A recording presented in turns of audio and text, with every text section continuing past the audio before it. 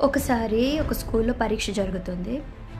అందులో ఒక అబ్బాయి మొత్తం పేపర్ ఫినిష్ చేశాడు. కానీ ఒక ఆన్సర్‌లో మాత్రం కన్‌ఫ్యూజన్ వచ్చింది. తను రాసింది కరెక్టా కాదా? ఇంకోటా సమాధానం అని.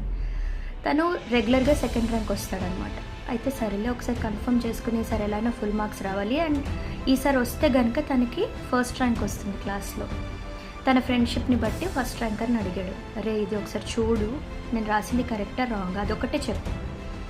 అయితే ఫస్ట్ ర్యాంకర్ అన్నాడు, "అరే నువ్వు రాసింది తప్పురా, దీని సమాధానం వేరేది" అని.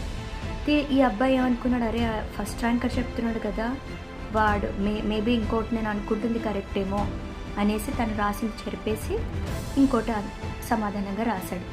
తీరా చూస్తే తిను మొదటిగా అనుకున్న సమాధానమే సరైన సమాధానం. అండ్ ఫస్ట్ ర్యాంకర్ మీద ఎక్కువ నమ్మకం ఉంచుకోవటం వల్ల తిను ఆసారికి ర్యాంక్ కోల్పోయాడనమాట.